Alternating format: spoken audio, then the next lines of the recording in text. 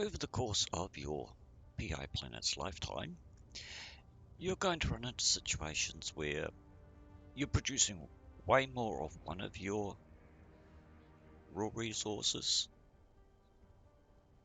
and T1 products than of the other, which leads to a bit of an imbalance in what you're going to be producing, and your T2 is likely to stall while it waits for more of one of your products, whereas it's got plenty of reserves of the other.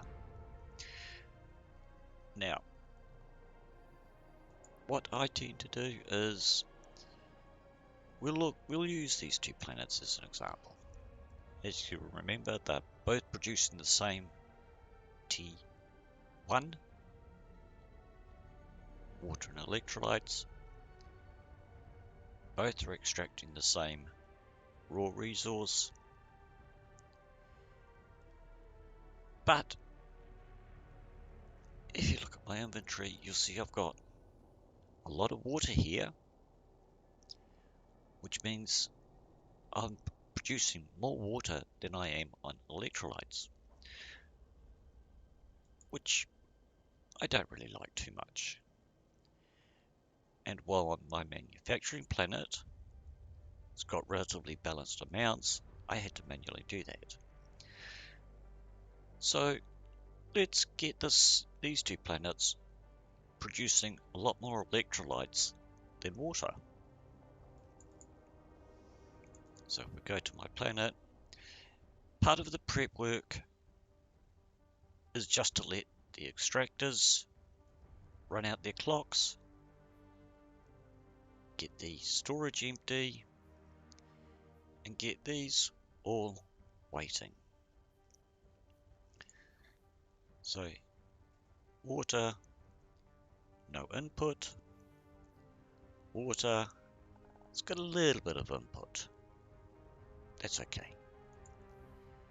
Electrolytes, and electrolytes is almost full.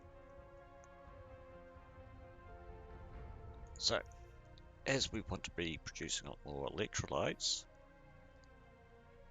here is our extractor that was doing aqueous, which gets processed into water.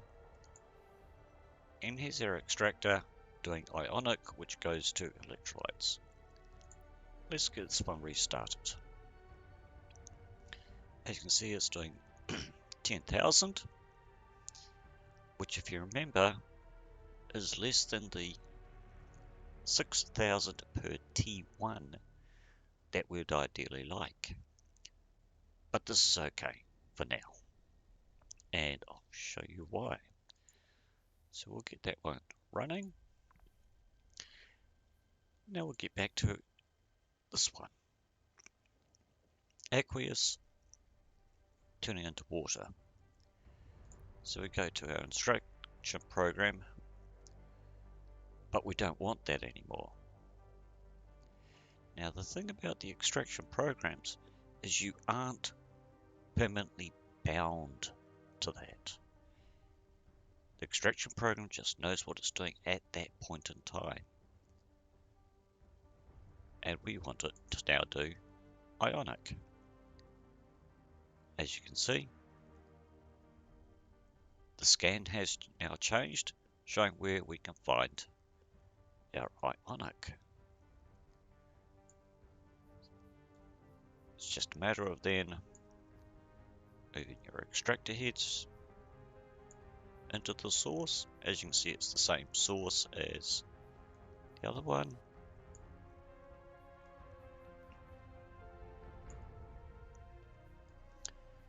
And you'll see that average per hour is going way up. This is primarily because my planetology and advanced planetology skills have increased. So here we're doing 19,000, the other one was doing 10, so 29,000 lots. So we'll start that going and submit.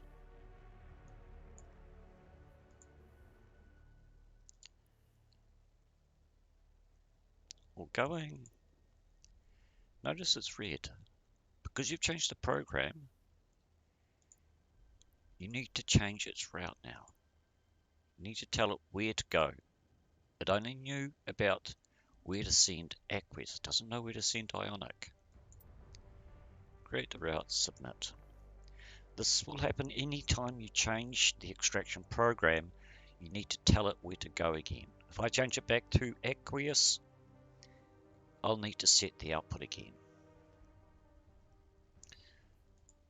So these will start being fed. These are not being fed. And what we now do is we just change the schematic. You're not bound permanently for all time to one particular schematic. You can change it whenever.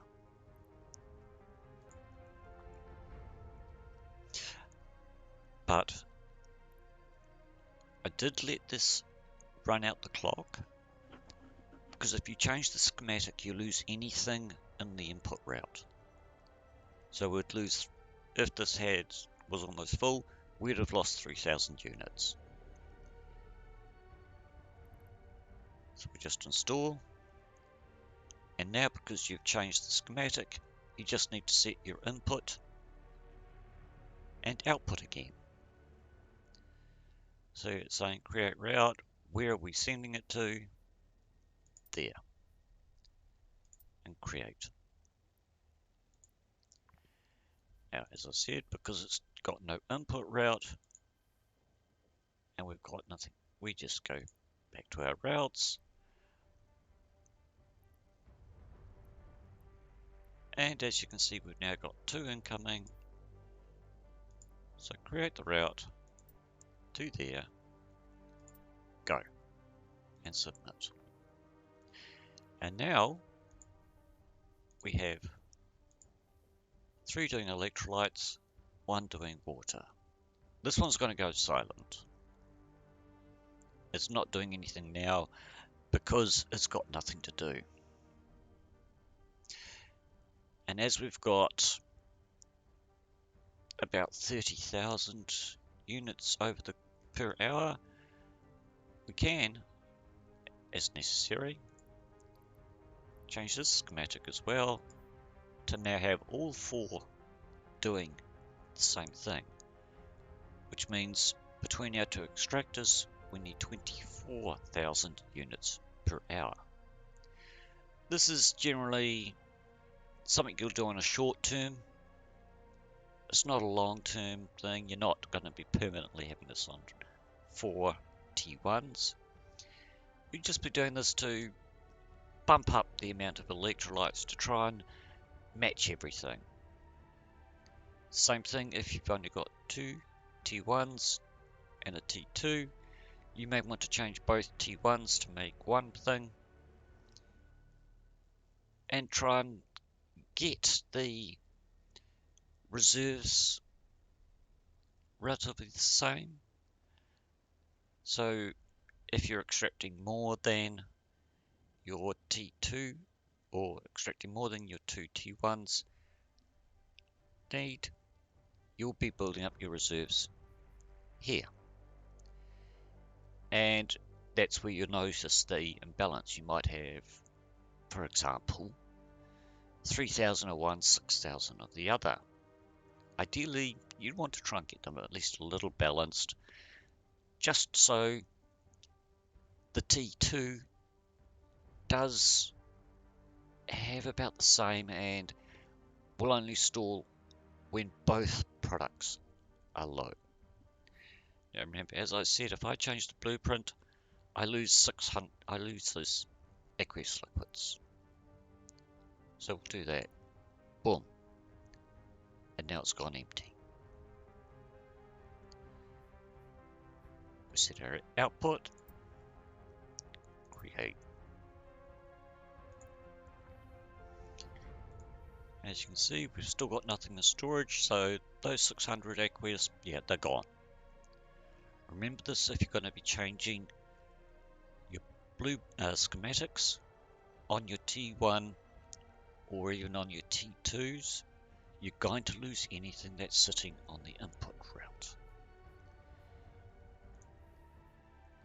So, as you can see, it's telling us, yeah, we've got no input route. So once again, let's go to our routes, create, want to send it there, create, submit. So now we've rebalanced this planet to just purely doing electrolytes. Outgoing route to launch pad, incoming from the storage facility. This is another reason why I don't have the routing from the extractor going direct to the T1s, so that everything goes through from storage to storage. If you've got a T2, for example, you'd have your T1 going back to storage, and your storage to T2 to launchpad. And now we'll just let that go along. It'll overproduce on electrolytes. We'll just purely do electrolytes. Just remember, each time you add any of these, you're going to want to make sure that the aggregate total matches up with your 6,000 that you need for each of those. So it's doing way more than 18, which is what we'd want if we were doing 3. It's doing more than 24,000 per hour, which is if we had 4 of them. The big point out of this is your extractors, T1 and T2, are not forever bound to what you initially set them to, and they can be changed. Yes, I could have just decommissioned this one, boom, decommission, and rebuild it. But there was no need to. And it saves me the cost of rebuilding it. And now we'll just let that go along. Yes, we've got some water here, but we're going to start getting a lot more electrolytes coming through, which will aid in getting things a bit more balanced for the T2 manufacturing plant.